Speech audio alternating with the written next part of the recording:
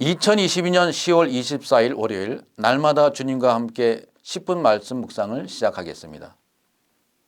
사도신경으로 우리의 신앙을 고백하겠습니다. 나는 전능하신 아버지 하나님 천지의 창조주를 믿습니다. 나는 그의 유일하신 아들 우리 주 예수 그리스도를 믿습니다. 그는 성령으로 잉태되어 동정녀 마리아에게서 나시고 본디오 빌라도에게 고난을 받아 십자가에 못 박혀 죽으시고 장사된 지 사흘 만에 죽은 자 가운데서 다시 살아나셨으며 하늘에 오르시어 전능하신 아버지 하나님 우편에 앉아 계시다가 거기로부터 살아있는 자와 죽은 자를 심판하러 오십니다. 나는 성령을 믿으며 거룩한 공교회와 성도의 교제와 죄를 용서받는 것과 몸의 부활과 영생을 믿습니다. 아멘. 찬송가 357장 주 믿는 사람 일어나를 찬송하겠습니다.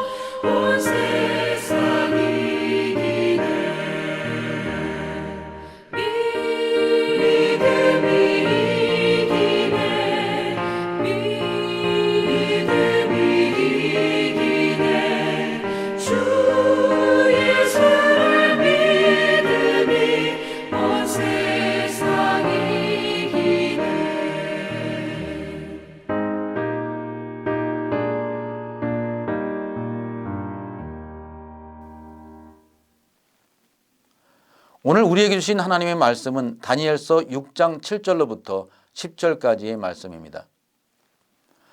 나라의 모든 총리와 지사와 총독과 법관과 관원이 의논하고 왕에게 한 법률을 세우며 한 금령을 정하실 것을 구하나이다. 왕이여, 그것은 곧 이제부터 30일 동안에 누구든지 왕 외의 어떤 신에게나 사람에게 무엇을 구하면 사자굴에 던져 넣기로 한 것이니이다. 그런즉 왕이 원하건대 금령을 세우시고 그 조서에 왕의 도장을 찍어 메대와 바사에 고치지 아니하는 규례를 따라 그것을 다시 고치지 못하게 하옵소서 하매, 이에 다리오 왕이 조서에 왕의 도장을 찍어 금령을 내니라. 다니엘이 이 조서에 왕의 도장이 찍힌 것을 알고도 자기 집에 돌아가서는 윗방에 올라가 예루살렘으로 향한 창문을 열고 전에 하던 대로 하루 3번씩 무릎을 꿇고 기도하며 그의 하나님께 감사하였더라. 아멘. 다니엘은 고국이 멸망할 때에 바벨론의 포로로 잡혀왔습니다. 그는 비록 포로가 되었지만 열심히 노력하여서 다리오 왕을 섬기는 고위 관료가 되었습니다. 이처럼 이방민족, 특별히 포로 출신인 노예 출신이 고위 관료가 된다는 것은 다른 관료들의 시기거리가 될 수밖에 없게 되었습니다. 그래서 관료들은 다니엘을 제거할 계획을 세웠습니다. 그들은 왕에게 한 가지 제안을 하였습니다. 앞으로 30일 동안 왕 외에 어떤 사람이나 다른 신에게 기도하거나 간구해서는 안 된다는 것입니다. 하지만 다니엘은 이 금령이 선포되었음에도 불구하고 신앙을 저버리지 않았습니다. 10절에 다니엘이 이 조서에 왕의 도장이 찍힌 것을 알고도 자기 집에 돌아가서는 윗방에 올라가 예루살렘으로 향한 창문을 열고 전에 하던 대로 하루 3번씩 무릎을 꿇고 기도하며 그의 하나님께 감사하였더라라고 하였습니다.